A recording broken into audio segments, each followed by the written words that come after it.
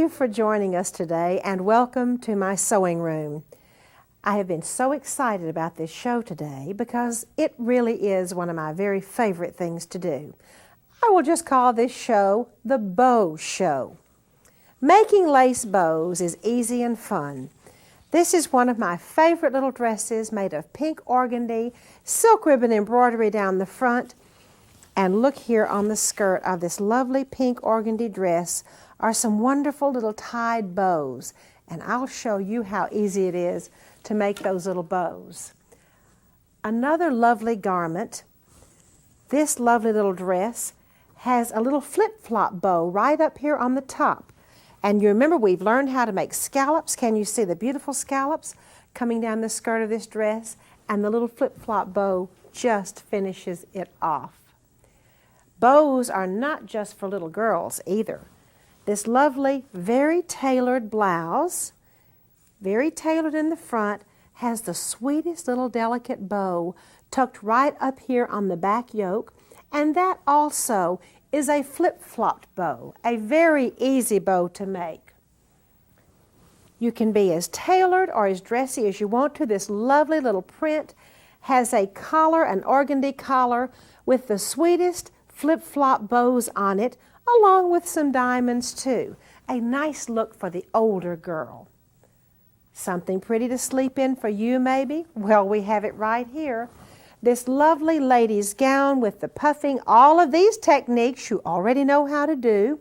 And let me turn this gown over to the back for such a nice surprise. This is a beautiful flip-flop bow on the back. I have even more surprises for you. On the bottom of this lovely lady's gown are some more very delicate and very elegant bows. How about making something for you? Another very beautiful little girl's dress with lots of details, featuring a collar with a beautiful bow on the collar. And look at this wonderful skirt. All of the details of lace going up and down, pin tucks going up and down. The last garment I'm going to show you today is a relatively sophisticated outfit for an older girl. As a matter of fact, I made this for Joanna when she was about in the 8th grade, I think. She wanted a dark dress, so I took blue handkerchief linen, did flip-flop bows on the front of not only the blouse, but also the skirt, and then did double needle pin tucks in between each one of the bows. This was one of her favorite outfits. Actually, it would be nice on any age lady. So, if you will come with me, I'm going to go over to the teaching boards and we're going to have a wonderful presentation for you to show you how easy it is to make tied bows and flip-flop bows.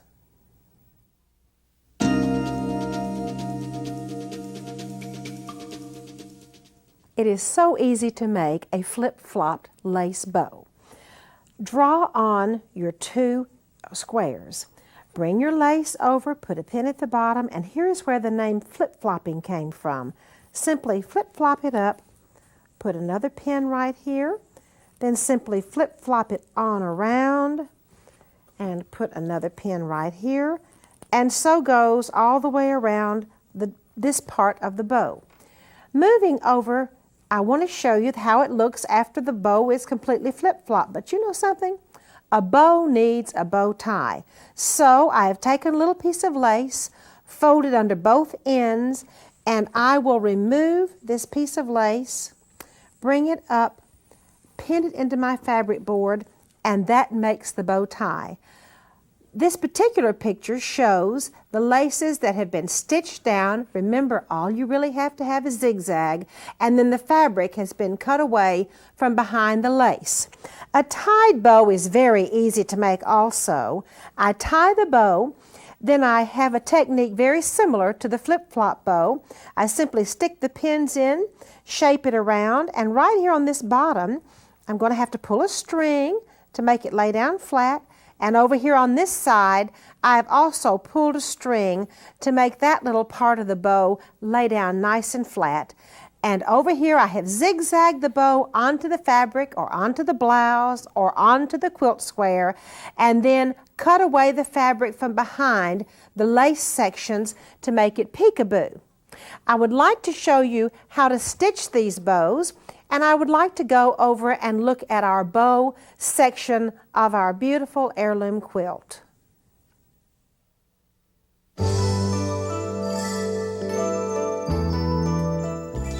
The bow I have chosen to go on the sampler quilt square is a flip-flopped bow.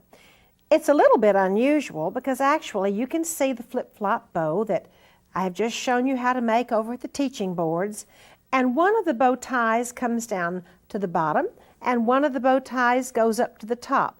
Would you look closely at this bow tie just a minute?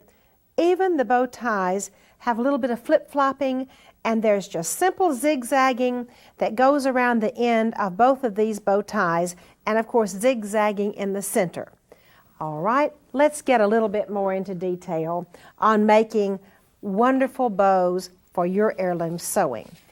The flip-flop bow template looks very much like this. You see you have two squares, and then there's a little section in the middle where I put my little bow tie.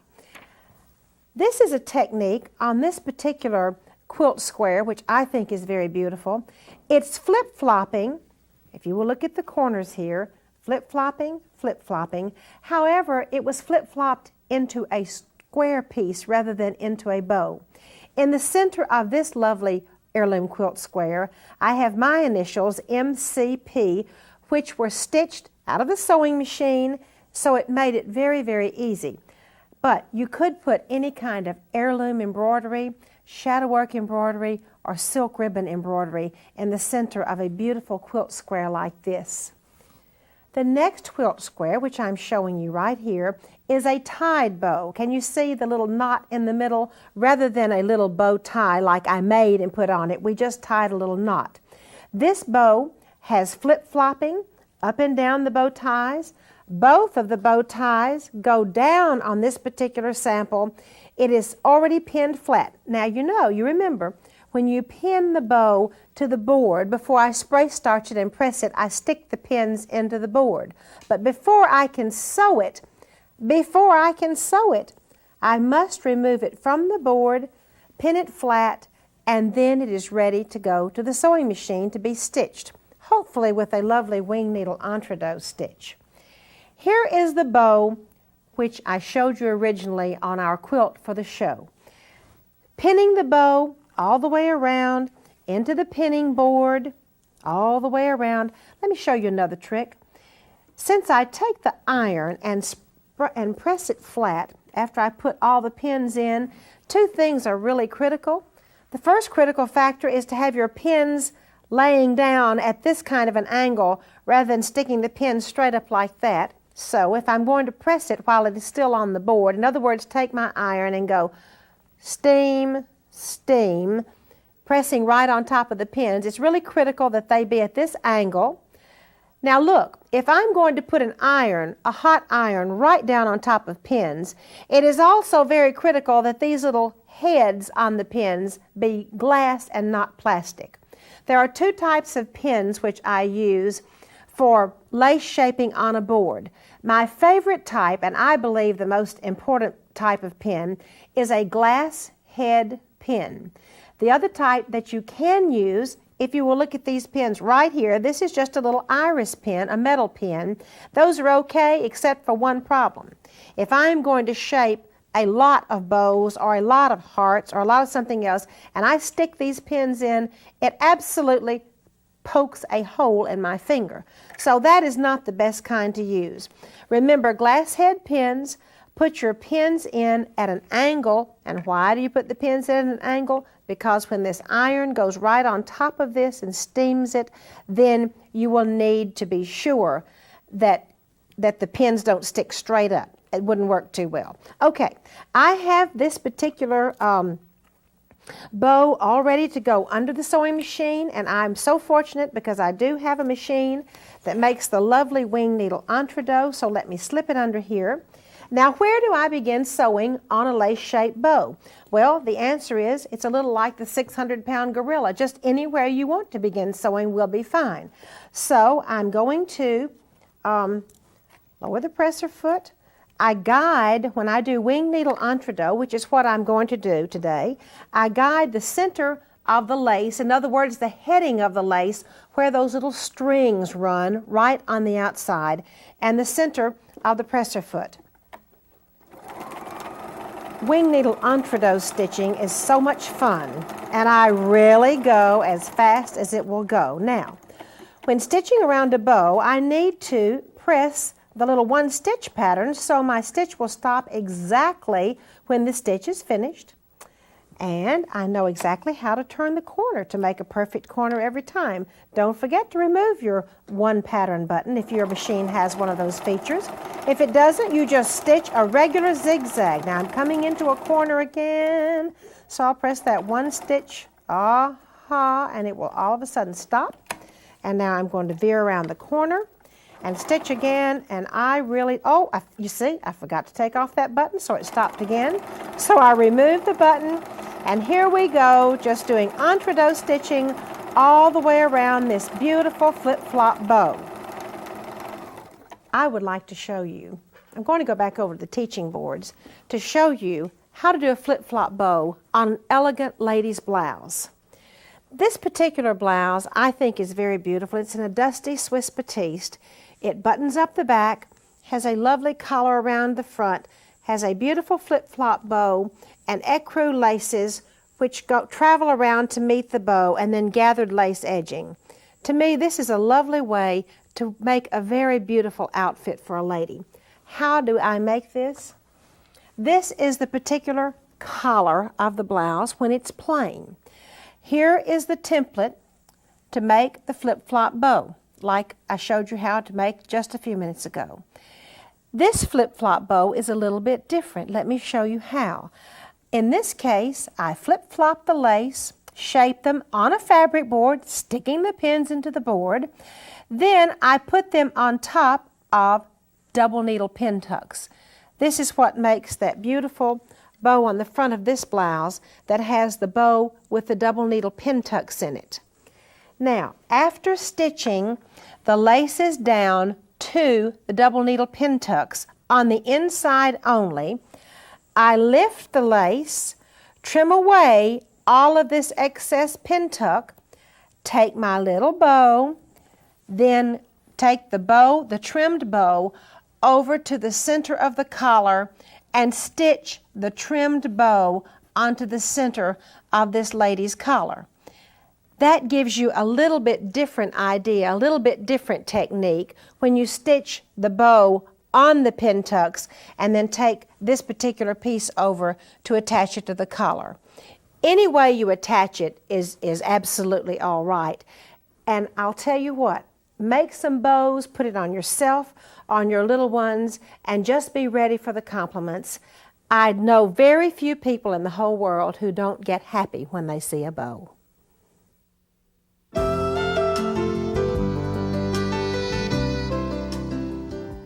Tie silk is one of my very favorite fabrics to use in home decorating. Since it is available in so many colors, from this lovely dusty pink and other pastels to very dark jewel colors, I believe this elegant pillow would be beautiful in almost any room of your house. This pillow is truly one of my favorites that I have ever seen anywhere, made by anybody for anything. The center section has a very exquisite, made out of the same color silk ribbon embroidery, I might add, exactly the same pale dusty pink. Has a lovely silk ribbon embellishment, very subtle embellishment.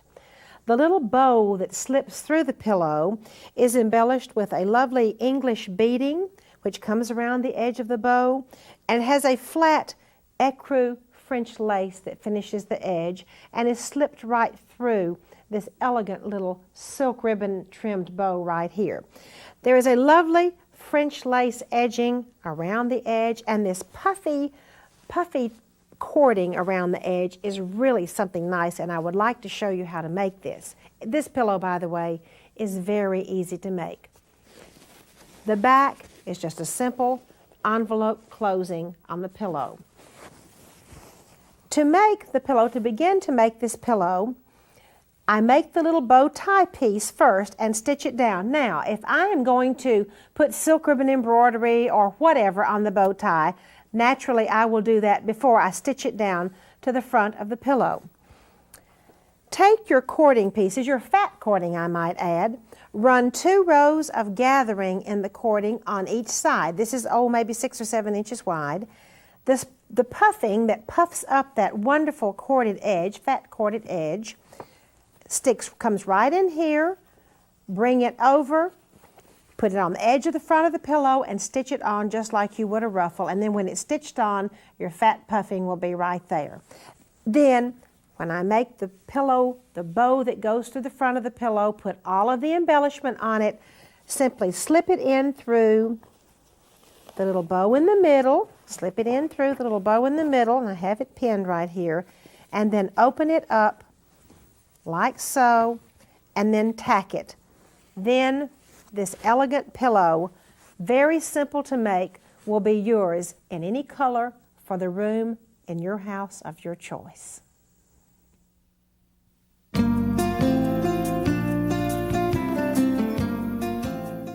Making a doll dress and a little girl dress for your daughter or your granddaughter to match has to be one of the most fun things to do in a sewing room.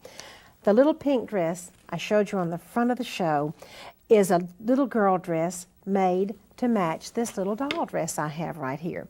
The dress is of a beautiful Swiss pink organdy. It has embroidery down the front, folded tucks, and a little ruffle stitched right onto the bodice of the dress going over the sleeves. The skirt is a very interesting concept, I believe. It has an underskirt of the same fabric, which looks a little like a petticoat, and then the lovely embellished skirt with the bow and the scallops ecru lace on the pink organdy is really a top skirt. Here is how you make this. First of all, the bow template on this blue piece of paper, you stitch the bow template, and this is the edge of the fabric. Stitch it all the way around your little dress. Now when I start stitching bows and scallops to go on a skirt, I begin stitching in the center of the skirt, in other words on the side seam. So here is the side seam. I have one bow that fits half on one side of the skirt, half on the other side of the skirt, and then I trace my templates going all the way out to the end, and then I'm probably in many cases going to end up with half of a bow, and I can't put the whole bow on. That is okay. Just trace off half of a bow, cut off your fabric, and on the other side, when you get all the way over to the other side of the skirt, simply trace off half a bow over there. Then after the lace shaping is done and the stitching is done, you side French seam or serge those together, and you have one whole bow which matches. Shaping the scallop that goes out down from the lace bow is really very easy to do.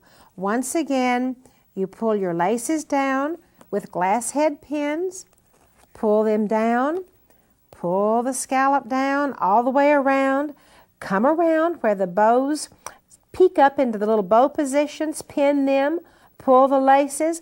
I will pull a thread on this particular part of the scallop, although it won't be much of a pull. There still is a little bit of floppiness in there.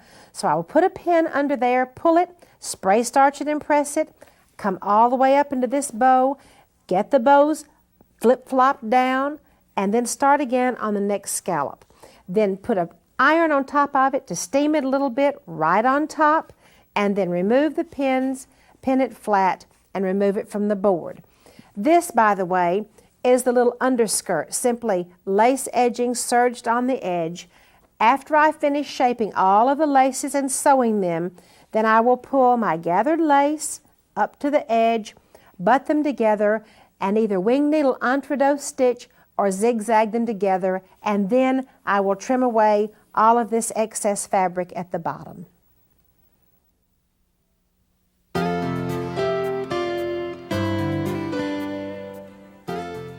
My craft for today is another wonderful hot glue gun project. This beautiful little hair bow is made of a doily, a Battenberg lace doily. Very easy to make. Let me show you how. First of all, run gathering threads down the center of a doily like I have done here. There are two different types of bows you can use for the center embellishment. The first is a wide piece of satin ribbon with gathering stitching run on the edge. Pull the gathers and shape it into a lovely little satin bow. The second thing you can do is to use this wonderful ribbon that has wire, kind of like a florist ribbon, except not really, that has wire running to the edge. First of all, I'm going to make a bow out of that ribbon, which will go right in the center of the doily, and then my little rosette made out of this bow. Guess what? The wire is what you pull to make it gather up instead of stitching from the sewing machine. So pull the wire and then wrap the little rosette around, put it right down on top of the bow, hot glue gun the whole thing, just glue gun it all over the place. Now let me show you a trick. When you're going to put the barrette on the back of your hair bow, please put the glue all the way through those little holes at the end. And this would make an elegant little bow for your little girl or for your doll. Now join me, please, in my attic.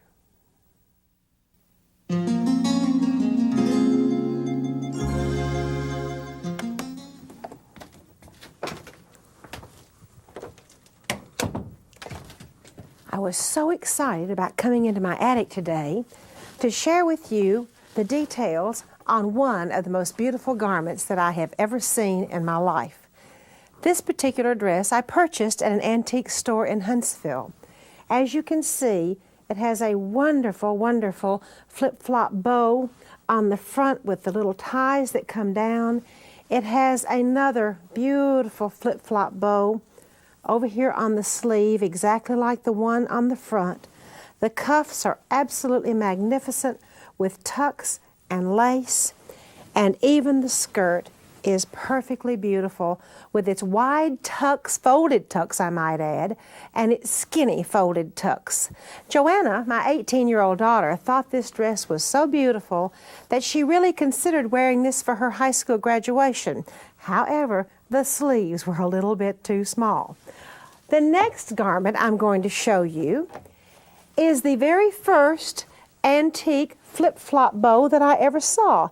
It's on this little teddy, and it also has flip-flop bows down here on the bottom of the teddy, and that's where I got the concept of flip-flop bows. For our Sewing from the Heart segment, which involves women such as yourselves who sew for volunteer work, I have a letter here from Anne Mitchell of Wagga Wagga, New South Wales, Australia. A very good friend of mine. She says, "Dear Martha, as you may have heard on the world news, we had terrible bushfires in and around Sydney. People lost all their possessions and even some family members. I decided that at our sewing club in February, instead of making samples for ourselves, that we would make clothes for the bushfire victims. They advertised, and Anne writes further, 30 ladies came and gave most of the day. The atmosphere of camaraderie was wonderful. People stayed longer than their promised time, and they worked and they laughed all day. Thank you so much, Anne, for sharing with us about how your sewing club helped the bushfire victims. You see, sewing as a volunteer effort is not just limited to this great United States of America, but women all over the world are using their sewing machines to help those less fortunate. I would like to thank you very much for joining me in my sewing room today. It has certainly been my pleasure having you here. We have a most exciting show planned for you next week, and I would like to invite you to join us again in Martha's Sewing Room. Thank you so much.